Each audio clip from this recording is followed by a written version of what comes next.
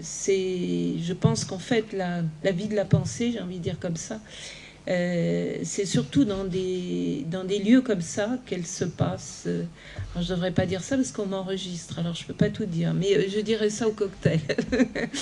Je pense que souvent dans les institutions, on va dire comme ça, il y a moins de peut-être d'élan, d'énergie, etc., que dans des associations. Et je dis ça parce que Muriel a évoqué que je suis présidente de l'Association internationale des histoires de vie et de recherche biographique en éducation. Nous avons ajouté de recherche biographique en éducation pour pouvoir rejoindre, on va dire, un courant international de biographique et qui s'appelle dans les pays anglo-saxons, dans les pays germanophones et nordiques aussi, recherche biographique en éducation ou recherche biographique tout court. Voilà. Et puis, notre propos, c'était aussi d'élargir l'affaire à l'éducation et qu'il y ait aussi le biographique à l'école. Voilà. Bon.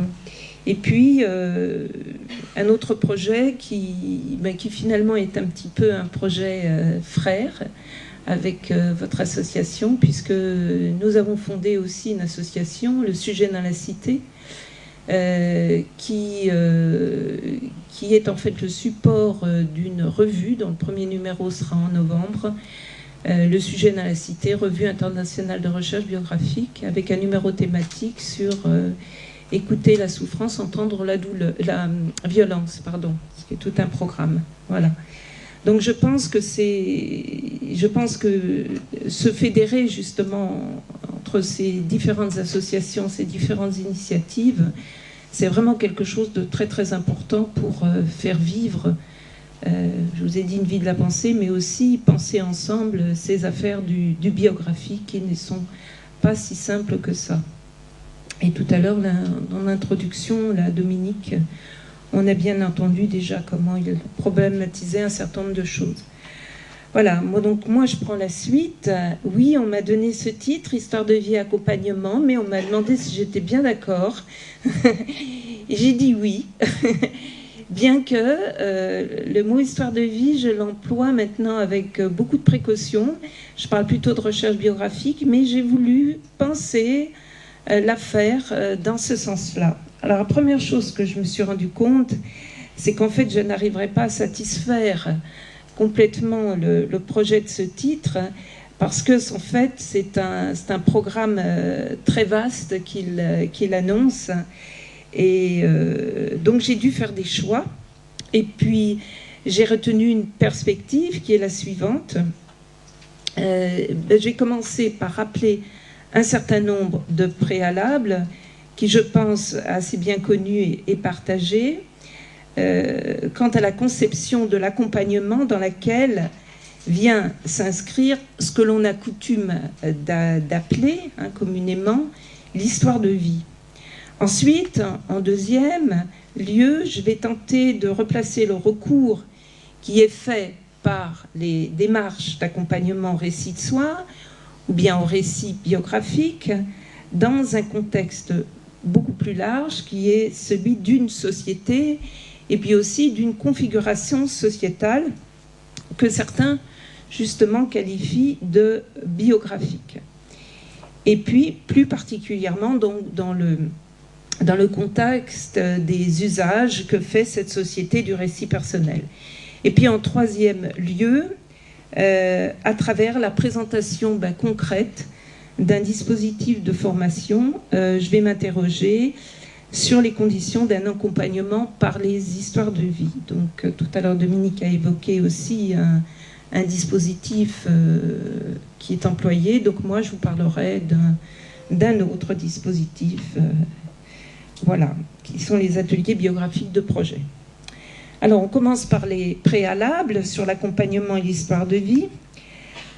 Alors un ensemble de facteurs, de réflexions, de travaux aussi ont amené à repenser les modèles théoriques et les pratiques de l'accompagnement professionnel.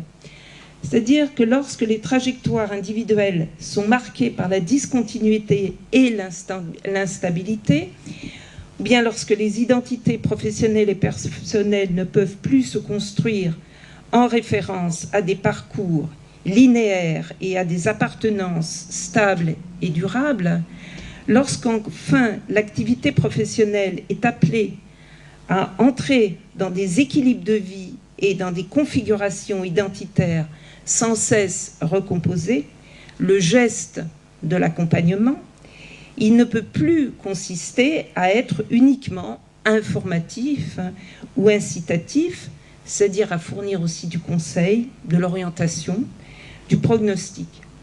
C'est la personne tout entière, dans l'ensemble de ces domaines de vie et d'activité, qu'il convient donc de considérer.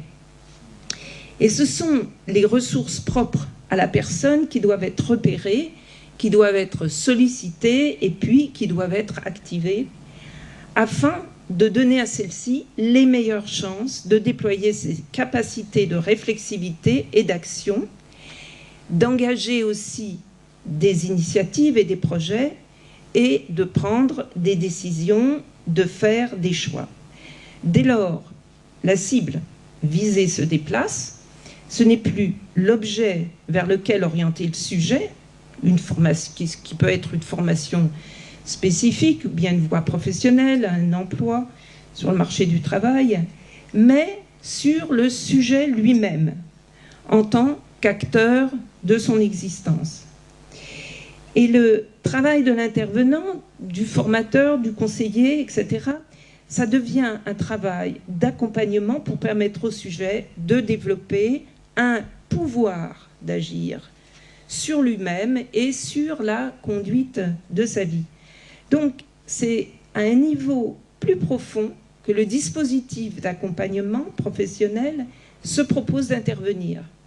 Celui de la capacité donc individuelle, ou pour reprendre le terme d'Amartya Sen, celui de la capabilité, capability, qui est entendu ici comme une habilité à organiser les conditions de sa propre capacité. Donc, c'est dans ce cadre qui peut servir en quelque sorte, on va dire, de vulgate à la conception actuelle de l'accompagnement, un rôle déterminant et reconnu à la parole de soi, en particulier sous la forme de l'histoire de vie, dans les processus de construction de soi et de mise en forme de l'existence.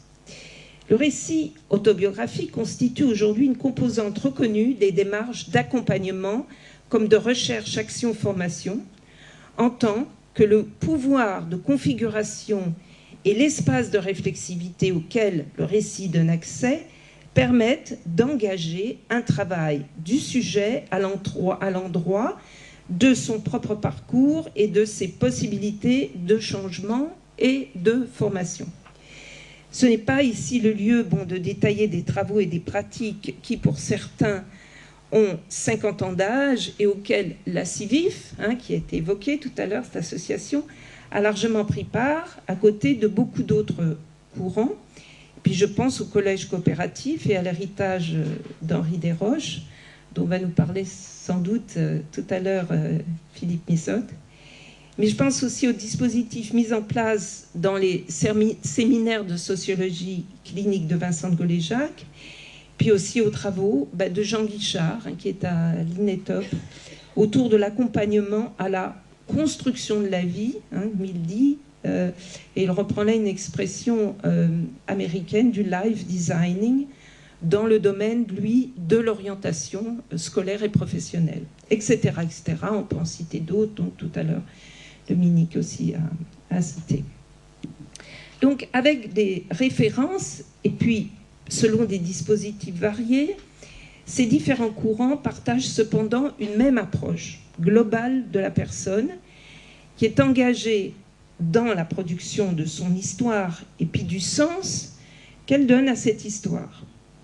Alors, selon cette approche, la capacité d'entrer dans un processus de changement, la capacité de s'ouvrir à soi-même un espace de formation et de projet est articulée sur la production d'un récit de soi et l'appropriation d'une histoire personnelle. Le travail du récit, qui est le moteur de la production de cette histoire, introduit un principe de cohérence et de continuité dans la représentation de la vie.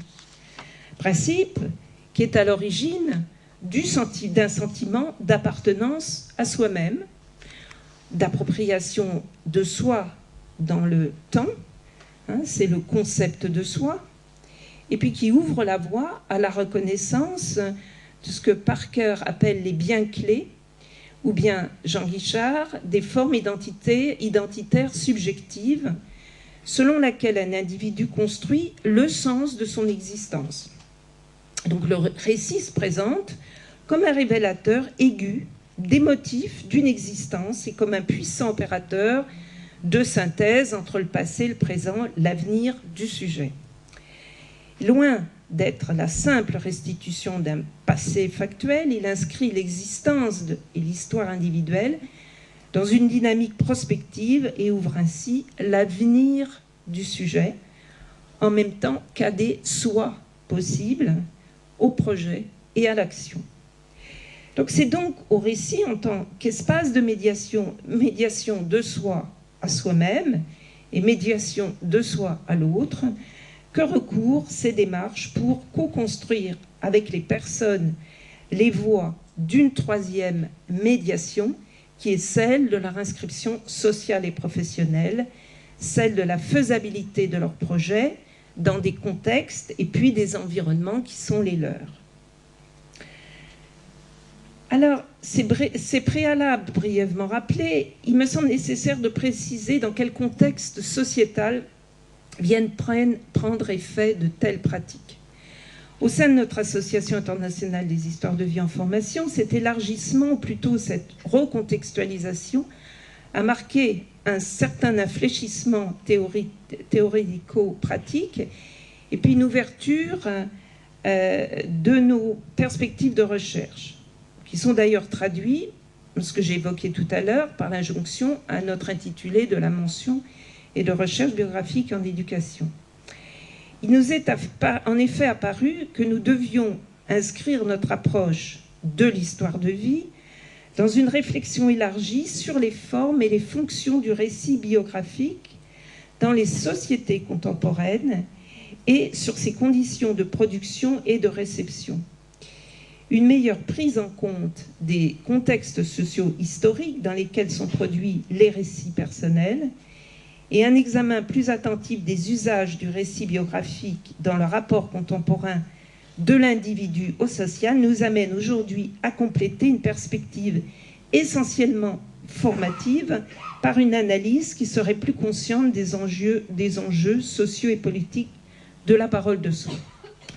Le récit de soi, en effet, pas plus qu'aucune des institutions de la culture, n'est un objet transparent et n'est soustrait à la relativité historique et sociétale.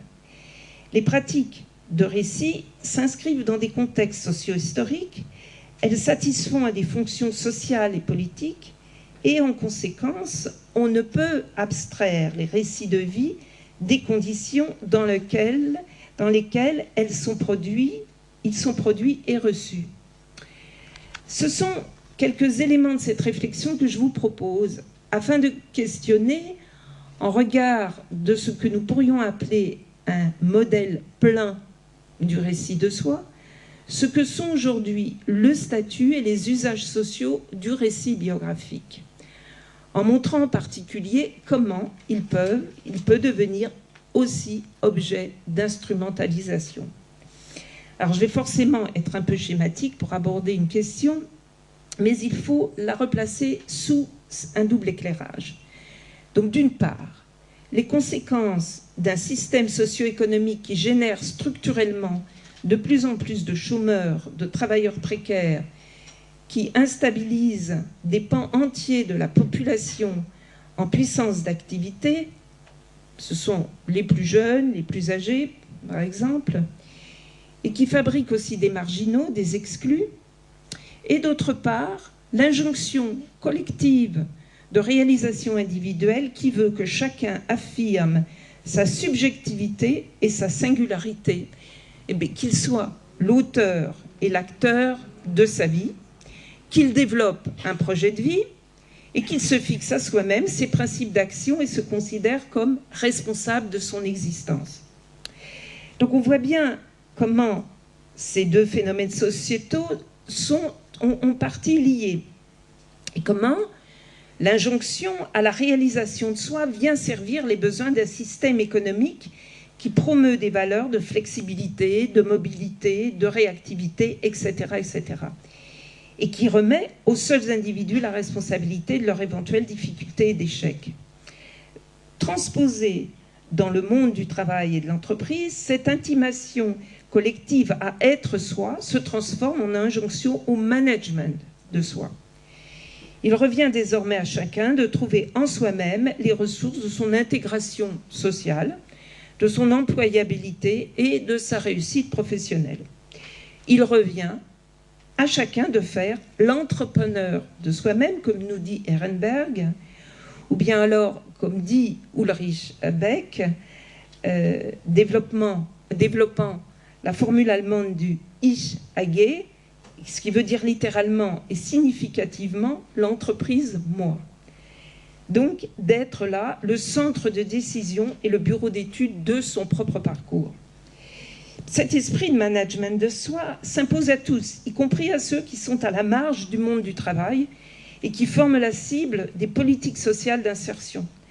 À ceux-là qui quelquefois ne peuvent se prévaloir d'aucune expérience ou d'aucune compétence professionnelle, qui connaissent, pour certains, l'échec de l'intégration sociale après avoir subi l'échec scolaire, on demande d'apporter la preuve personnelle, non de leur capacité effective et immédiate d'insertion, non de leur employabilité, puisque précisément celle-ci leur fait défaut, mais de leur volonté d'entrer dans une démarche d'élaboration d'un projet d'insertion, de leur capacité à engager sur eux-mêmes un travail de reconstruction, en un mot, de leur disposition à agir sur eux-mêmes et à se transformer personnellement pour s'adapter et s'ajuster aux contraintes du système économique et du marché du travail.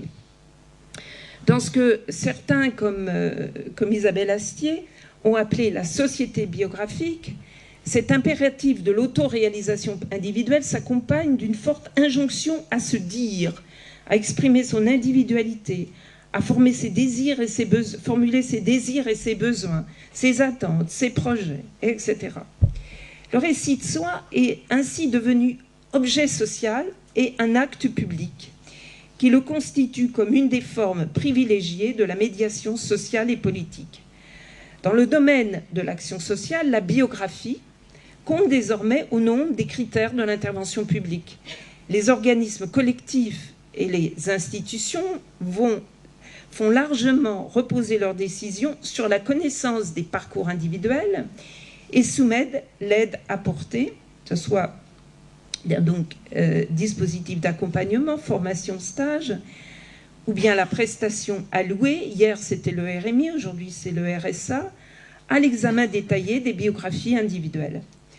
Alors que le modèle républicain traditionnel avait pour principe de ne rien vouloir savoir des particularités individuelles, la société biographique veut tout savoir des singularités de l'existence et du parcours de chaque individu.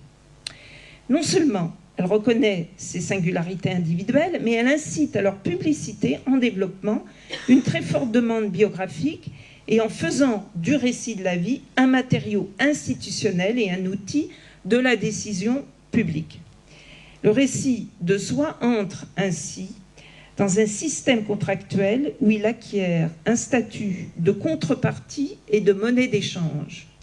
C'est-à-dire, donne-moi ton récit et je te donnerai de la formation, des stages, une allocation d'aide à l'insertion, un emploi jeune, une reconnaissance de niveau ou de diplôme, etc., etc. La liste est longue. Donne-moi ton récit et je te donnerai de la solidarité et de la reconnaissance sociale. Cette contractualisation du récit biographique est assortie de contraintes explicites et beaucoup plus encore implicites, qui en codifient et en fixent de manière rigide la forme et le contenu. Le récit de vie cursus de formation du parcours professionnel doit s'ajuster à des exigences et à une cohérence qui lui sont extérieures, c'est-à-dire économiques, administratives, comptables. Il doit répondre aux attentes codées, aux projections formatées d'un éventuel employeur. Nous le savons bien, le succès d'un entretien de recrutement, au-delà de l'appréciation des compétences purement techniques et professionnelles, il est largement lié à la capacité d'auto-présentation et d'auto-promotion du candidat, à sa capacité à se mettre en scène, à se vendre, à se faire connaître comme employable sur le marché du travail et de l'entreprise. Apprendre à se dire, écrit Claude Dubar, devient un enjeu essentiel des relations sociétaires, aussi bien dans la sphère privée que professionnelle ou publique. Cette forme de biographisation du social est génératrice de nouvelles inégalités, non plus seulement celles que provoque l'inégale distribution des ressources matérielles et des places dans la société, mais celles qui sont directement liées à la capacité des individus d'élaborer et de faire entendre sur eux-mêmes un langage recevable, d'accéder aux moyens d'expression et d'affirmation qui le feront socialement reconnaître. Le pouvoir de tenir un discours sur soi, de donner de soi-même et de son existence une représentation conforme à la requête sociale et institutionnelle, relève d'un capital discursif et narratif très inégalement réparti. Ces compétences de récit bien souvent font défaut à ceux qui en auraient précisément le plus besoin, ce que Robert Castel appelle les travailleurs sans travail ou bien les surnuméraires, dont le récit de la vie est la seule monnaie qu'ils peuvent encore échanger parce qu'ils sont dans la situation de ne plus pouvoir faire autre chose que de payer de leur personne, autrement dit, de livrer l'histoire de leurs échecs et de leurs manques. Les inégalités des conditions de la vie se tissent ainsi des inégalités des ressources, du langage et des représentations du moi, et avec elles, de l'inégale répartition des manières de se construire soi-même. S'ouvre un nouvel espace d'inégalité, celui de la représentation de soi, des images et des émotions qu'il véhicule. Et nous comprenons bien qu'il n'y va pas du seul récit devenu objet instrumentalisé de l'intervention sociale ou de la décision d'emploi. Il y va du rapport à soi-même et du processus de construction de soi. En effet, pour conformer les parcours individuels aux attentes et aux besoins du marché de l'emploi, les organismes de décision économique sont amenés à définir des parcours institués qui prennent la forme de scénarios biographiques préétablis auxquels les individus doivent confronter leur propre biographie personnelle et professionnelle.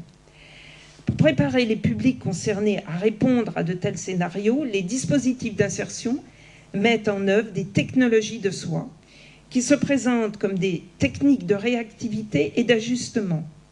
Ces dispositifs conduisent à s'interroger sur la possibilité, en particulier pour les personnes en situation de précarité, d'engager un véritable processus de reconstruction personnelle et professionnelle. Ces technologies de soi sont en effet en complète opposition avec la maturation que réclame un mouvement de retour sur soi.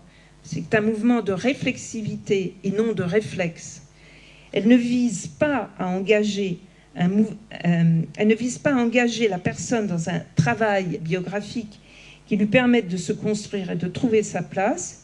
Elles ne peuvent correspondre à des projets d'existence qu'il serait possible d'investir biographiquement, mais elles répondent à des dispositifs d'urgence et des programmes auxquels on peut au mieux prêter sa vie pour précisément survivre.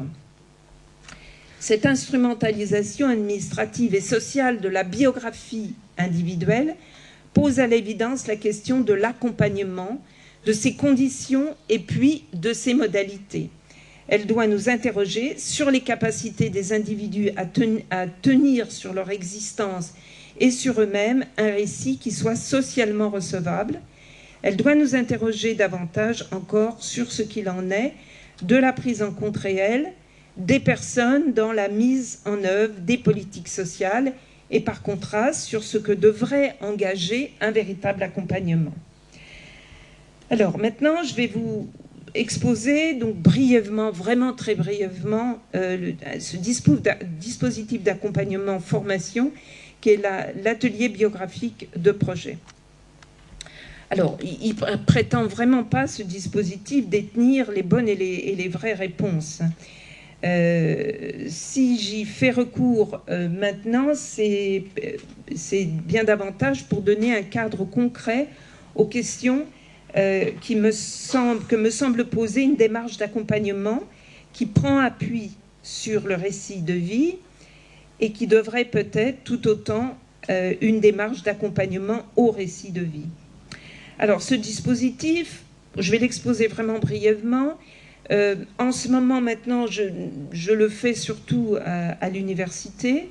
Je le fais aussi, on me demande de le faire au Brésil, on me demande aussi de faire des formations, etc., de faire des formations à ce dispositif. Mais c'est quelque chose que j'ai conduit très longtemps en Allemagne, dans différents milieux professionnels. Voilà, donc il s'est, on va dire, amélioré au fil du temps, du moins je l'espère. Alors, l'idéal, c'est d'avoir une douzaine de personnes, donc qui se trouvent en situation d'orientation, de réorientation universitaire ou professionnelle. Et donc, il a pour objet de créer les conditions concrètes qui permettent à chaque participant de construire et de s'approprier l'histoire de son parcours de formation, et puis aussi donc de faire émerger à partir de cette biographie formative un projet professionnel. Voilà. Alors, il y a plusieurs étapes. La première étape est un temps d'information. Oui, bien sûr, la participation est volontaire, hein, elle n'est pas contrainte, et même à l'université. Donc, c'est une UE qui est optionnelle, hein, j'y tiens beaucoup, et il n'y a pas d'obligation. Alors, le premier temps, c'est un temps d'information sur la démarche et puis sur les objectifs de l'atelier, les procédures mises en œuvre. Surtout, il y a un certain temps qui est pris à ce moment-là, puisque c'est encore un temps de réflexion. Est-ce que les participants peuvent continuer donc cette aventure qu'ils ont envie dans laquelle ils ont envie d'aller, ou bien partir. Le deuxième temps, ça va être l'élaboration, la négociation et la ratification collective du contrat biographique, c'est-à-dire, alors on fait ça de manière orale. Quand j'intervenais dans l'équivalent de la NPE en Allemagne ou d'autres, donc là on faisait quelque chose d'écrit, à l'université ou bien, je vous dis, au Brésil, etc., c'est quelque chose d'oral. Mais ce moment-là, il est vraiment très, très important puisque c'est le moment fondateur dans le travail autobiographique. Donc, on est d'accord avec l'intention. Dès cette phase-là, enfin même dans le premier temps d'information, il est surtout bien dit que c'est une démarche de formation et que ce n'est pas une démarche thérapeutique. Donc je prends toujours un certain temps pour bien délimiter ce qui serait une démarche thérapeutique et qui n'a pas son lieu d'être là, puisque nous ne sommes pas dans une relation clinique thérapeutique. Voilà. Alors, donc on officialise dans ce deuxième temps le rapport à soi et à l'autre dans le groupe comme un rapport donc, de travail. J'attire aussi beaucoup l'attention que ce qui sera dit, on ne doit pas jamais, on va dire, aller se contraindre. On ne doit pas aller, dans des choses que l'on ne sent pas. On n'a pas d'obligation de tout dire. On a une obligation de dire comme on peut, dans des limites supportables, on va dire comme ça, qui font que la personne ne se met pas en danger et surtout ne met pas en danger le groupe. Hein. Donc j'étais particulièrement intéressée par ce que disait Dominique, parce que je retrouve exactement la même chose. Il ne s'agit pas de raconter toute sa vie, il s'agit à l'ici et maintenant de chaque exercice, on va dire, de faire venir, on va dire, des personnes auxquelles on pense, des événements, hein, ou bien ça peut être aussi des livres, des films, etc., qui viennent là, on va dire dans un mouvement où on ne force rien et qui vont venir prendre place en fait dans une configuration biographique de l'ici et maintenant. Ensuite, il y a un travail qui est fait sur un premier, on va dire, écrit autobiographique. Et ensuite, on passe à la question du projet, puisque ça s'appelle quand même atelier biographique de projet. Et là, et c'est particulièrement significatif chez les étudiants, ça, la notion de projet, ils entrent tout de suite dans quelque chose dont on les a serinés, on va dire, depuis leur année scolaire, quel est ton projet, etc., etc. Donc ils vont aller, je m'étais rendu compte, c'est surtout par ces cours, enfin cet atelier à la fac que je me suis rendu compte, ils sont prêts à faire des projets hyper raisonnables.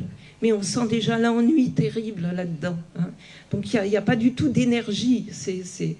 Alors, après avoir fait quelques fois comme ça, je me suis dit, on va changer un petit peu la chose. On va commencer par le projet fou. Donc, alors là, il y a aussi plusieurs techniques. Hein, si on va dire, si le cours est un petit peu jour-là, il manque d'énergie, alors il y a de la musique, etc. Il y a des graphismes. Hein. C'est toujours quelque chose aussi, on va dire, il y a le cadre, la structure, et puis on invente au fur et à mesure, on connaît tout ça, hein, au fur et à mesure, en fonction du groupe, qui n'est jamais pareil à un autre. On ne refait jamais la même chose. Voilà. Et alors le projet fou, et ça les affole véritablement, le projet fou. Il ne faut pas croire qui vont partir là-dedans hyper heureux. Il serait peut-être intéressant de formaliser cette dimension en parlant d'accompagnement-formation. Que cherche-t-on à favoriser, à stimuler? Eh bien, la capacité des personnes à se saisir de leur histoire, de leur expérience, de leurs ressources aussi, pour se faire le propre accompagnateur de leur existence. Une telle visée engage clairement un processus de changement global de la personne et un travail sur la capacité des personnes à entrer dans un tel processus de changement, c'est-à-dire tout simplement à se former. Le lien étroit à la formation me fait poser deux questions quant au dispositif mis en œuvre. La question du cadre et puis la question du temps. Concernant le cadre, il me semble que la forme de l'entretien duel, qui est le face-à-face conseiller-consultant, s'il reste un moment relationnel très très fort, il ne constitue pas la forme exclusive d'un dispositif d'accompagnement-formation. La pratique d'atelier que je viens de vous évoquer, elle repose sur de constants va-et-vient et sur la complémentarité entre activité individuelle et activité collective, hein, comme je vous les ai expliqué. Et puis parole individuelle et parole qui est formulée dans le cadre du groupe, du petit groupe et à la fin du grand groupe.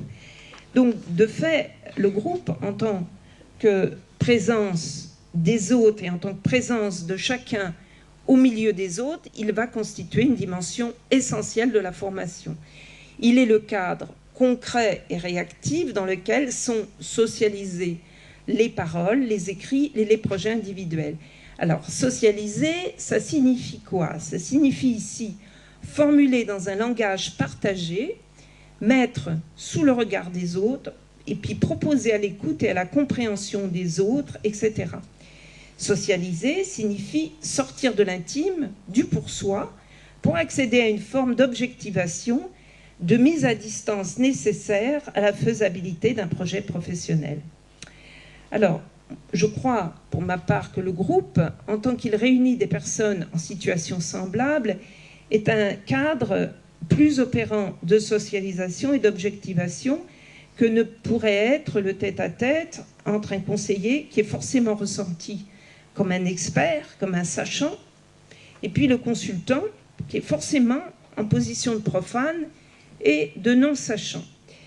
Et il me semble également que le groupe, parce qu'il implique dans le rapport de chacun à tous et de tous à chacun, il offre un cadre psychosocial plus englobant, qui est propre à favoriser une forme d'engagement dans la poursuite et la réalisation d'un projet. Le groupe, c'est comme une petite société, et en cela, il pose des règles, il a des exigences, mais il est une petite société bienveillante et incitative, où la visée de chacun peut être confortée par les autres, et puis où la visée de tous engage le projet de chacun. Voilà, seconde considération complémentaire de la précédente, c'est celle du temps.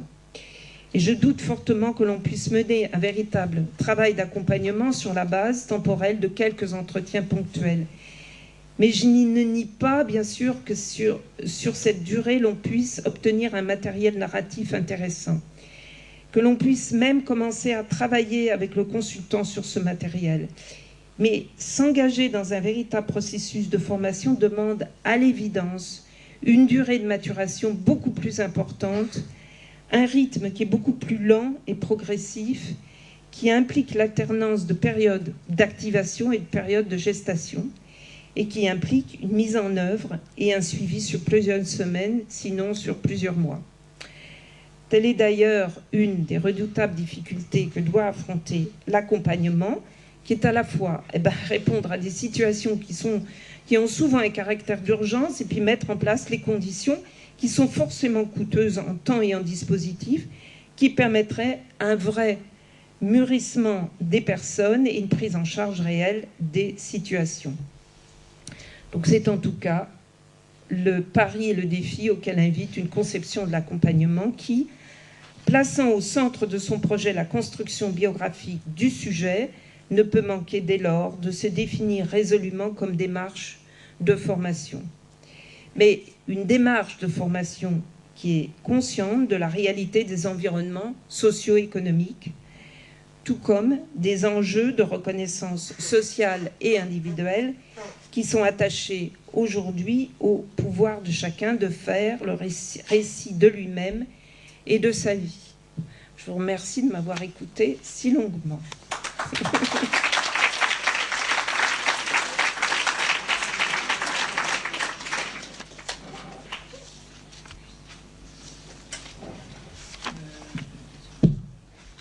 Tu as besoin du micro, non? Non, on en a. Ah, oui.